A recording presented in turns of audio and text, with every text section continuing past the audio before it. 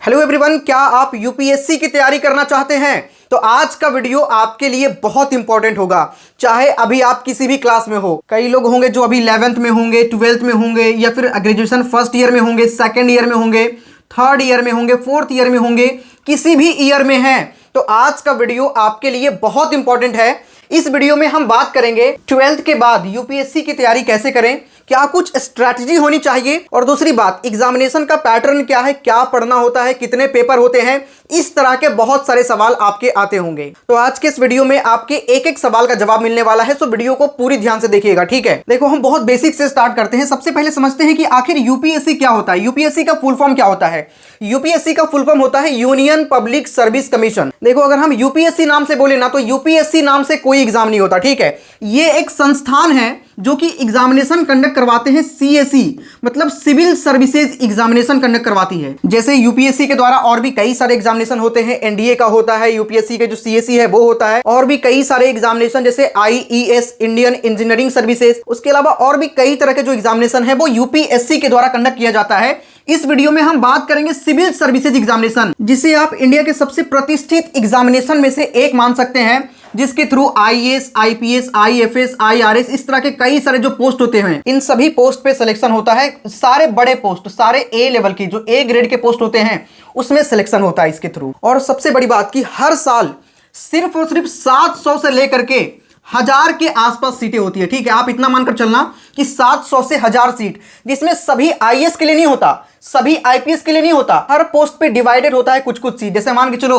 कि लगभग 100 seat IAS का है, लगभग 150 सीट आईपीएस का है, उसके बाद में आईएफएस का लगभग 70 से 80 सीट हो गया, आईआरएस का कुछ सीट हो गया, उसके अलावा कई सारे पोस्ट इसके अंदर होते हैं। उन सभी के लिए सीटें जो है वो डिवाइडेड होता है, और इन सभी को मिलाकर 700 से 1000 के आसपास सीटें आती है। लेकिन आप बिल्कुल भी यकीन नहीं करेंगे, इस 700 से 1000 पोस्ट के लिए हर साल लगभग 10 लाख से ज्यादा कैंडिडेट एप्लीकेशन फॉर्म को फिल करते हैं, और जिसमें से सिलेक्शन कितने का होना है? 1000 से भी कम लोग। फॉर्म आ रहा है 10 लाख और सिलेक्शन हो रहा है 1000 से भी कम लोग, जो कि सिर्फ एक स्टेज में एग्जामिनेशन नहीं होता, 3 स्टेज में एग्जामिनेशन होते हैं। प्रीलिम्स होता है, मेंस होता है, इंटरव्यू होता है। कितने कितने मार्क्स के कौन कौन से स्टेज होते हैं, कौन से क्वालिफाइंग नेचर का होता है, किसके मार्क्स कैलकुलेट होते हैं, ये सारी बातें इस वीडियो में समझेंगे, ठीक है। वीडियो को पूरी ध्यान से देखिएगा, और जो लोग नए हैं चैनल को सब्सक्राइब करके बेल आइकन जरूर दबाइएगा। यहाँ पे डिफरेंट एग्जामिनेशन के बारे में आपको इन्फॉर्मेशन प्रोवाइड किया जाता है। देखो, यहाँ पे 2-3 चीजें आप पहले समझना, ठीक है। यहाँ पे मैंने बोला कि 12th के बाद यूपीएससी की तैयारी कैसे करें। तो क्या 12th के बाद आप एग्जाम दे सकते हैं यूपीएससी का? तो जवाब है बिल्कुल नहीं। 12th के बाद आप यूपीएससी का एग्जाम नहीं दे सकते हैं। यूपीएससी का एग्जामिनेशन ग्रेजुएशन के बाद इस एग्जामिनेशन के लिए अपीयर हो सकते हैं, ठीक है।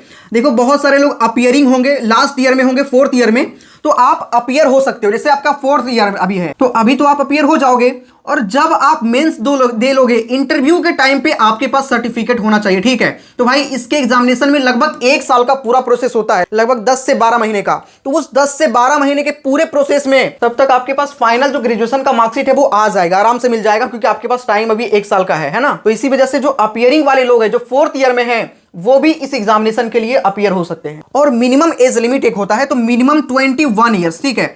अगर आपके 21 साल हो गया है और आपने ग्रेजुएशन कर लिया है या फिर 4th ईयर में है, तब आप इस एग्जामिनेशन के लिए अपीयर हो सकते हैं, इस एग्जामिनेशन के एप्लीकेशन फॉर्म को फिल कर सकते हैं। अब सबसे इंपॉर्टेंट होता है एग्जामिनेशन पैटर्न, कितने लेवल में एग्जामिनेशन होते हैं, पैटर्न क्या होता है, और भी जो कई सारी चीजें हैं वो हम समझेंगे। लेकिन उससे पहले तैयारी करें कैसे, कहां से स्टार्ट करें। देखो, 12th के साथ तैयारी स्टार्ट कर देने से फायदा ये होता है कि जो आपका फंडामेंटल होता है ना, वो पहले से क्लियर होता है। जो ग्रेजुएशन के बाद तैयारी स्टार्ट करते हैं, एनसीईआरटी, उनको भी पढ़ना होता है। एनसीईआरटी पता है कहां से कहां तक का, 6 से लेकर के 12 तक का एनसीईआरटी, उनको भी पढ़ना पड़ेगा। और अगर अभी आप 12th में हो, 11th में हो, अभी से आप थोड़ा सा फोकस कर दोगे, ऐसा नहीं कि अभी आपको पूरा फोकस करना है, लेकिन हाँ, थोड़ा थोड़ा फोकस करके 1-2 घंटे अलग से एक्स्ट्रा निकाल करके अभी से आप यूपीएससी के मर्म को समझ सकते हैं, कैसे तैयारी करना है, और कुछ एक्स्ट्रा चीजें आप समझ सकते हैं। और इसी के लिए PWIS ने लॉन्च किया है जूनियर यूपीएससी प्रोग्राम। सबसे अच्छी और खास बात इस बैच की ये है ना कि यहाँ पे एनसीईआरटी आपको कंप्लीट करवाया जाएगा, वो भी एनिमेटेड लेक्चर के साथ में। मतलब आप चीजों को सिर्फ पढ़ोगे नहीं, बल्कि चीजों को समझ के पढ़ोगे, एनिमेशन के साथ पढ़ोगे। और यूपीएससी की सबसे खास बात भी यही है ना कि आप चीजों को समझ कर पढ़ें, ताकि ज्यादा टाइम तक आप चीजों को याद रख पाएं, क्योंकि ये जर्नी लंबी होने वाली है। ऐसा नहीं कि सिर्फ 1 साल का बात है, अभी आने वाले 2 साल 3 साल तक आपको अच्छे से कॉन्सेप्ट को समझकर हर एक टॉपिक को अच्छे से पढ़ना पड़ेगा। तो सबसे अच्छी बात इसमें आपके एनसीईआरटी का एनिमेटेड लेक्चर मिलेगा। अगली बात, पर्सनलाइज्ड मेंटरशिप आपको यहाँ पे प्रोवाइड किया जाता है। अगला, एनसीईआरटी जो रहेगा उसका समराइज्ड फॉर्म, मतलब सारा एनसीईआरटी में हर टॉपिक इंपॉर्टेंट नहीं है, कुछ ऐसे टॉपिक है जो इंपॉर्टेंट है, तो उसके समरी वाला ई बुक्स आपको मिल जाएगा। और साथ ही उसके अलावा जो रिटायर्ड है या फिर जो सर्विस में ऑफिसर्स हैं, जो ब्यूरोक्रेट्स हैं, उनसे आपको इंटरेक्शन का मौका मिलेगा। मतलब अभी आप तैयारी के साथ साथ उनसे इंटरेक्ट भी कर सकते हैं। तो जितने भी लोग बिगिनियर हैं उनके लिए बेस्ट अपॉर्चुनिटी है। एडमिशन स्टार्ट है, जाकर के अभी ले सकते हैं, डिस्क्रिप्शन में लिंक डाल दूंगा। और बहुत ही अफोर्डेबल कॉस्ट में 4999। इसमें भी यदि आप कोड यूज करिएगा वायरल 500 ना, तो आपको एक्स्ट्रा मैक्सिमम लेवल का डिस्काउंट भी मिल जाएगा। ठीक है, कोड याद रखिएगा VIRAL 500। और उसके साथ ही कंप्लीट प्रिपरेशन भी आप लोग यूपीएससी का कर सकते हैं। जो 12th के बाद वाले जो बच्चे हैं, first year, second year, third year, fourth year, कहीं पर भी आप हैं या ग्रेजुएशन पास आउट है, तो आप लोग ज्वाइन कर सकते हैं यूपीएससी प्रारंभ बैच, जो कि 2+1 ईयर का प्रोग्राम है, जिसमें आपको कंप्लीट तैयारी करवाई जाती है। NCERT, general studies, optional, CSAT, test होंगे प्रीलिम्स प्लस मेंस के, उसके बाद में स्किल्स भी सिखाए जाएंगे। मतलब कंप्लीट प्रिपरेशन भी आप लोग कर सकते हैं। और साथ ही अगर आप बिगिनियर हैं, जो आपको कुछ नहीं पता है, तो आप स्टार्टिंग यहां से कर सकते हैं एनसीईआरटी से, जिसे आप जूनियर यूपीएससी प्रोग्राम कह सकते हैं, NCERT pro plus UPSC guidance programme. तो लिंक डिस्क्रिप्शन में डाल दिए हैं, कोड आपको ये यूज करना है ज्वाइन करने टाइम। ठीक है, वायरल 500। अब अगर हम यूपीएससी एग्जाम की बात करें, तो एग्जाम आपके 3 स्टेज में होता है, समझना यहाँ पे। सबसे पहला स्टेज होता है प्रीलिम्स, दूसरा मेंस होता है और तीसरा इंटरव्यू होता है। प्रीलिम्स में आपके 2 पेपर होते हैं। ठीक है, पेपर 1 और पेपर 2। पेपर 1 को कहते हैं जीएस का पेपर और पेपर 2 को कहते हैं सीसैट का पेपर। ठीक है, सीसैट मतलब समझ सकते हैं मैथ्स हो गया, रीजनिंग हो गया, इंग्लिश कॉम्प्रिहेंशन हो गया, इस तरह की चीजें पूछी जाती है।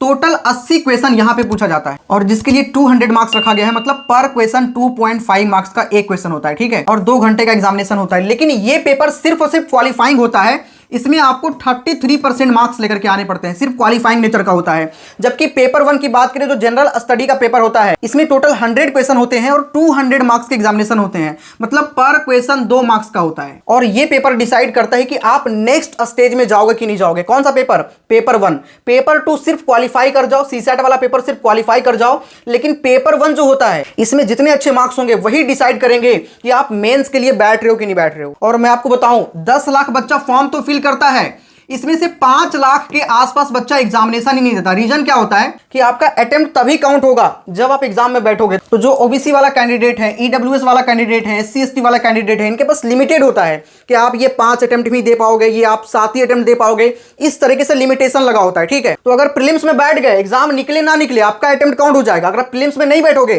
तो आपका अटेम्प्ट काउंट नहीं होगा। बहुत लोग क्या करते हैं, फॉर्म को फिल तो कर लेते हैं, तब तक उनका डिसीजन होता है कि हाँ एग्जाम में हम बैठेंगे, लेकिन जब एग्जाम का समय आता है तो कॉन्फिडेंस नहीं होता है ना, तो वो एग्जाम में बैठते ही नहीं है।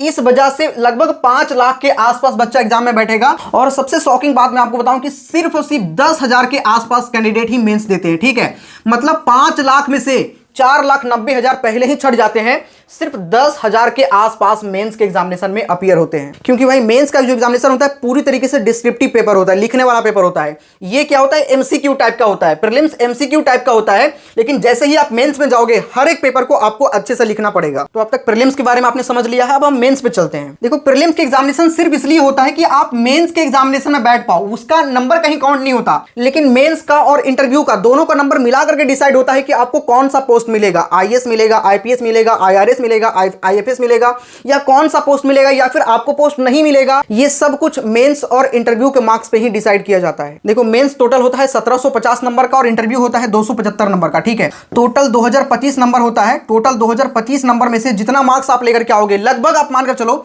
50% तक नंबर लेकर के आ जाओगे ना, तो आप समझ लो टॉपर हो। ठीक है, इतना ही परसेंट नंबर, लगभग 50 से 55% मार्क्स जो है वो टॉपर के होते हैं। 50 से 55 डिपेंड करता है डिफिकल्टी लेवल पे। तो यहां पे समझना, तो मेंस में 4 टाइप के पेपर होते हैं। एक आपके होते हैं क्वालिफाइंग नेचर का, एक होता है ऐसे होता है, मतलब जिसे आप निबंध भी कहते हैं, और अगला होता है जनरल स्टडी, जिसका 4 पेपर टोटल होता है। ठीक है, 250 नंबर का 4 पेपर होता है, तो टोटल 1000 नंबर का जीएस होता है। ठीक है, और 2 पेपर होता है आपके ऑप्शनल, ये भी 250 नंबर का होता है, टोटल 500 नंबर। मतलब जीएस और ऑप्शनल मिलाकर के अगर हम बात करें तो यही हो गया आपके 1500 नंबर का। उसके बाद में जो ऐसे होता है वो 250 मार्क्स के एग्जामिनेशन होते हैं, जिसमें पेपर तो एक ही होता है लेकिन 2 इसे आपको लिखना होता है। ठीक है, यहाँ पे 2 ऐसे लिखना होगा आपको, और हर एक ऐसे के लिए 125 नंबर। टोटल कितना हो गया, 250 नंबर। तो ऐसे में 2 पार्ट होगा और दोनों ही पार्ट से एक एक ऐसे को आपको लिखना होगा। और जीएस पेपर को 4 कैटेगरी में डिवाइड किया गया है, जीएस पेपर 1, 2, 3, 4। अगर आप सिलेबस बोलेंगे तो हम सिलेबस पे एक कंप्लीट वीडियो बना देंगे, ठीक है। आप लोग कमेंट जरूर करिएगा क्या आपको सिलेबस चाहिए। हर एक पेपर को अलग अलग तरीके से डिस्कस करना पड़ेगा सिलेबस के बारे में। और अगर आप डाउनलोड करके पढ़ सकते हैं तो सिंपली लिखिएगा यूपीएससी सिलेबस, लेटेस्ट सिलेबस लिखिएगा ना तो आपके सामने आ जाएगा, ठीक है। और इसमें 2 पेपर होता है सिर्फ क्वालिफाइंग, जिसमें आपको सिर्फ क्वालिफाई करना होता है। ये 30% आप मानकर चलो, ठीक है, इसको 25%। तो इंग्लिश का जो पेपर होता है उसमें से 30% मार्क्स लाना होगा। और लैंग्वेज का पेपर, जैसे किसी का हिंदी होता है,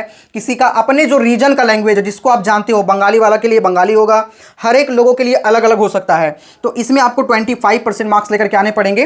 तो इस तरीके से आपका एग्जामिनेशन होता है। पेपर कितना हो गया टोटल देख लो, 4 पेपर यहां पे हो गया, 2 पेपर वहां, 6 पेपर हो गया और 1 पेपर यहां पे हुआ। पेपर एक ही है लेकिन टॉपिक 2 रहेगा, 125 नंबर का, ठीक है। तो इसको हम एक ही पेपर मानेंगे। तो टोटल 4 2 6 7 और 2 पेपर यहां पे आपका होगा। एक इंग्लिश वाला कंपलसरी रहेगा और दूसरा लैंग्वेज में से कोई सा भी आप सिलेक्ट कर सकते हो, हिंदी कर सकते हो या कोई सा भी कर सकते हो। तो टोटल 4 2 6 2 8 1 9 पेपर टोटल यहां पे हो गया आपका, ठीक है। जिसमें से जो नंबर काउंट होगा आपके मेरिट के लिए, ये 7 पेपर से ही होगा, ये 2 से नहीं होगा, ठीक है। जिसमें आप इसको बिल्कुल छोड़ दो, इसको आप सिर्फ क्वालिफाइंग ही मानकर चलो। तो टोटल 1000 और 500 1500 और इधर कितना हो गया 250, टोटल 1750 नंबर का, ठीक है। तो ये 1750 नंबर में से जितना नंबर लेकर के आओगे आपके लिए सो फॉर सो गुड। उसके बाद में जो अगला आता है इंटरव्यू आता है, ठीक है। तो यहाँ पे 1750 प्लस 275 कितना हो गया, टोटल आपका हो गया 2025 नंबर का एग्जामिनेशन होता है। और यही फाइनल जो होता है, फाइनल मेरिट बनता है वो 2025 मार्क्स पे बनता है। और इसी के बेस पे पता चलता है कि आपको कौन सा पोस्ट मिलेगा या फिर कौन सा नहीं मिलेगा। तो फाइनली आपने एग्जामिनेशन पैटर्न के बारे में समझा और भी कई सारी चीजें जो है मैंने आज के इस वीडियो में बताने का प्रयास किया, ठीक है। साथ ही अगर आपको बैच ज्वाइन करना है, ये आपके जो जूनियर यूपीएससी प्रोग्राम है वो भी ज्वाइन कर सकते हैं। जो बहुत बेसिक से सीखना चाहते हैं वो जूनियर वाला ले लीजिएगा, और जिनको बेसिक पूरा पता है, सिर्फ वो डायरेक्टली यूपीएससी प्रिपरेशन पे जाना चाहते हैं, तो वो ये ले लीजिएगा यूपीएससी का प्रारंभ बैच, ठीक है। और बैच को परचेस करते टाइम कोड यूज करिएगा वायरल 500, तो मैक्सिमम लेवल का आपको डिस्काउंट मिल जाएगा, ठीक है। मिलते हैं नेक्स्ट वीडियो में। उम्मीद करते हैं कि आपके सारे डाउट क्लियर हो गए होंगे। अगर कोई डाउट बचता है तो कमेंट करिएगा, मैं रिप्लाई करने का प्रयास करूंगा। सिलेबस डाउनलोड करके आप देख सकते हैं, पैटर्न मैंने समझा दिया, सिर्फ सिलेबस देखिए कि किस किस पेपर में क्या क्या पढ़ना है, ठीक है। मिलते हैं नेक्स्ट वीडियो में। अगर आपका कमेंट आया तो वो भी हम बना ही देंगे, ठीक है। चलिए, थैंक यू, धन्यवाद।